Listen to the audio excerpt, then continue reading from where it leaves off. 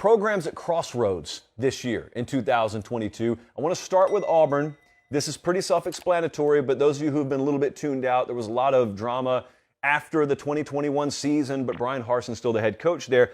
You may think, second-year staff, how are you already at a crossroads? Well, this is where it's really important. And if you're a hardcore fan, you already kind of get it. But if you're a casual fan, you got to know the backstory. You got to know what the situation is in and around Auburn, in and around Brian Harsin, but also in and around the SEC. If you watch Late Kick for a long time, when I talk about Auburn, you've always heard me say it's not so much Alabama anymore. People around there have come to accept Bama's dominant, Nick Saban's dominant.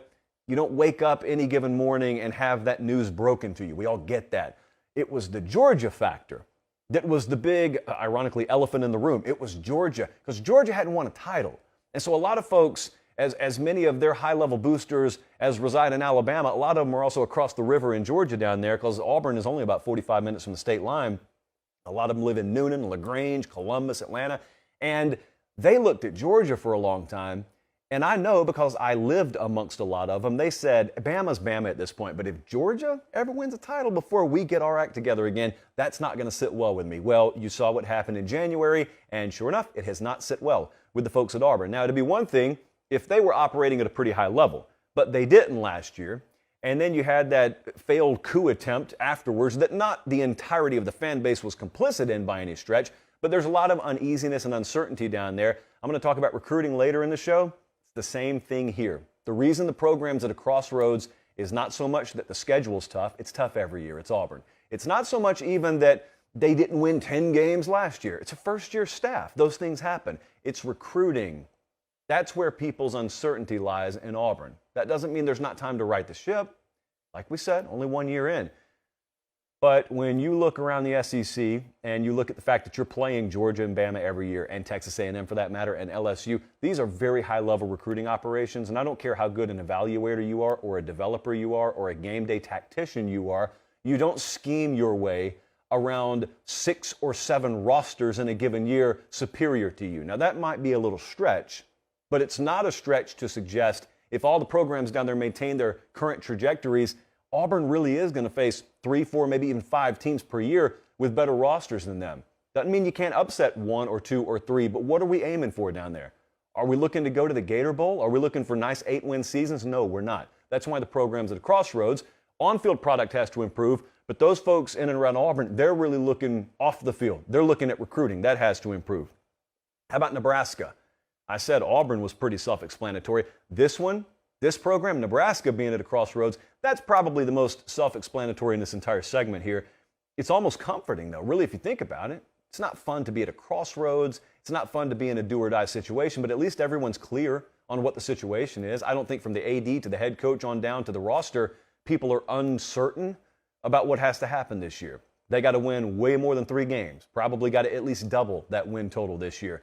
Luckily, it's the Big Ten West, and there's really not a giant mountain to climb in terms of out-of-conference play. They do have the game against Oklahoma, but they have it at home. That line's going to be under a touchdown. And so it's all there. It's all in front of Nebraska. Knowing how to win is a skill. It's not necessarily quantifiable.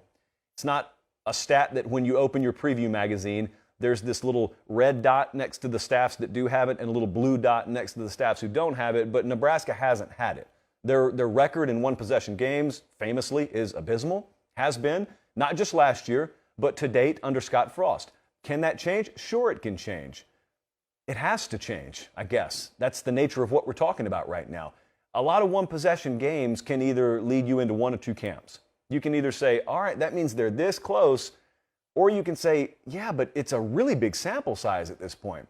And if they keep shooting themselves in the foot, and they're fundamentally unsound, they're mentally weak in those moments, ultimately I think we all understand who that's a reflection on. Now, I have made my view clear on Nebraska this year. I do think they'll turn it around. I have a lot of hope. The problem that I have is not so much with Nebraska. I'm getting a little uncomfortable that everyone seems to sound the same way, and everyone keeps rattling off that one possession loss stat as if that magically means something. That doesn't mean anything in 2022. It's a nice little case study. But, I mean, Casey Thompson, this litany of transfer portal, that wave that is incoming, that is what has to be the difference. And it's got to be cohesive. It's got to turn from individuals into a team, and it's got to happen pretty quickly, because if I watch them go halfway around the world to Ireland and lose to Northwestern, I'm out. I'm out. Do what you want to against North Dakota and Georgia Southern, I'm out. So, yeah, no pressure other than all the pressure in the world. But again, at least we understand where things are at Nebraska. However, we're talking about Crossroads here. If things do go well, then what a story it could be. What a turning point this year could be. Because once you figure out how to win those games, I don't think it's like an Etch-a-Sketch, left to right. There goes the eraser. We have to start again from scratch in 2023. No, that's an acquired skill. You don't have to throw it away once you acquire it. Their over-under is 7.5 wins. So that tells you what odds makers think. Now let's go to Clemson. The Clemson Tigers are in a different boat than, either of the two programs I just spoke about. Both of the programs that I've spoken about so far, Auburn and Nebraska, there's a somewhat legitimate risk of a coach losing his job if this season does not go according to plan. That's not the case at Clemson unless something really weird off the field were to happen. But that doesn't mean the program can't be at a crossroads. There's different context. Hot seat and crossroads, they don't always have to be linked. In this case, I think the program's at a crossroads because of pretty much everything that is in full view. Quarterback situation last year not being what it should be. Wide receiver having fallen off precipitously. It's a tough word to say without spitting all over the place, and you can see how badly I failed there. But a lot of things that were Clemson football when they were at their apex just a couple of years ago are not necessarily what we saw last year. That's why they failed to win double-digit games in the regular season. They won a 10th game, but that was the bowl game. Okay, teams have had down years before, thus the crossroads here.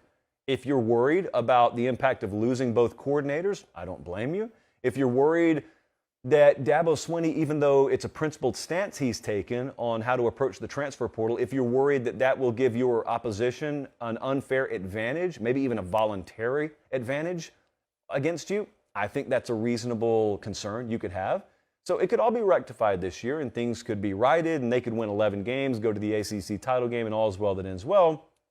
Or you could find them in 8 or 9 win territory, which would be badly off the mark. It would be badly off the pace. But what if it's somewhere in between? What if they're 10-2 in the regular season? You look at that schedule and you know they'll be favored maybe outside of the game at Notre Dame the whole way, and maybe even including the game at Notre Dame. And so if you're a Clemson fan, you say, I'm not going to be this jerk that hates on the coach because he won 10 games, but I'm also not happy because there was a mixed bag this year, and we were capable of more, expected more. That little in-between area, that no man's land, that's a conversation to save for another day. I'm talking about the crossroads where they either win the ACC this year and go to the playoff, or they're badly off the mark, in which case you've got wholesale concern. Everything you feared is validated by the poor performance on the field, and then I don't know what kind of conversation we're having in December. So it's a different kind of crossroads, but a crossroads nonetheless for Clemson. I'm going to talk about a program here we do not talk about a great deal. They're not even talking about him in LA. We'll be out there tomorrow. I doubt I get a single interview request to talk about UCLA football. But if I'm a UCLA fan, think about where I am. And think about how justified I am in calling this year a crossroads year. Chip Kelly's not in year 1 or 2 anymore. This is his 5th season there. So everything that our program is going to be under Chip Kelly stands to reason it should be. The entire roster is his. Everything's his. His thumbprint is firmly pressed against this program now. We've got new staffs at many major programs out here. They got a new staff across town at USC. They got a new staff in Eugene. They got a new staff in Seattle. There's a lot of newness. Also, Utah has to come into my building this year. And while that may not be the most intimidating environment in the world, at least it means I don't have to go there. So a lot of things set up this year to where I was over 500 for the first time since, 2015 last year. I should have a good season this year. I should contend for the Pac-12 South. And if I don't really know what we say at that point. I know we don't have sky-high expectations, the likes of which Georgia has, but I want to be a respectable football program. They're not going to slow down over at USC. They're not going to slow down at Oregon. This is my shot here. This is my shot to get our foot in the door and to actually go play for a Pac-12 championship. I think it's very much a crossroads season for UCLA. And finally, go all the way back across the country. What about Florida State? I'm going to talk about the Noles a little bit later on in regards to recruiting, but they were 5-7 last year. So I'll tell you what isn't necessary in 2022. What isn't necessary is them winning the ACC to gauge a successful season. That's not necessary. But what is necessary is to see tangible progress on the field, and specifically, that means an enhanced passing game, quarterback production, and pass pro. So that's a cumulative effect there. And also, speaking of recruiting, I've got to see it off the field. They've got 8 verbal commits right now, unless something changed in the past 20 minutes. I don't care so much that they're ranked in the 30s because it's an incomplete class. So a lot of folks are ranked in the 30s and 40s right now that will push for top 10 status come signing day. Will FSU be one of those teams? I don't know. I think when you dive deeper and you understand the impact that the COVID year had on new staffs on the recruiting trail and how recently it has been that some of these staffs were finally able to fully get out on the road, it doesn't surprise me that they haven't lit the world on fire. It hasn't been terrible, but they have had to disproportionately lean on the transfer portal. That's not the end game for Mike Norvell. That's not what they want to do forever. Now, the good news is, I've heard Bud talk about this a lot, the good news around the program is it seems like behind the scenes, he has support and he knows that he's got time. But that doesn't mean you can go 5-7 last year and then go 4-8 this year. That certainly would jar everyone. So 7-5 with some close losses, 8-4 this year, period, I think is enough to gauge tangible progress. And then we look at 2023. We look at signing day, and then we look at 2023, and then we're ready to go. So those are some programs at Crossroads this year.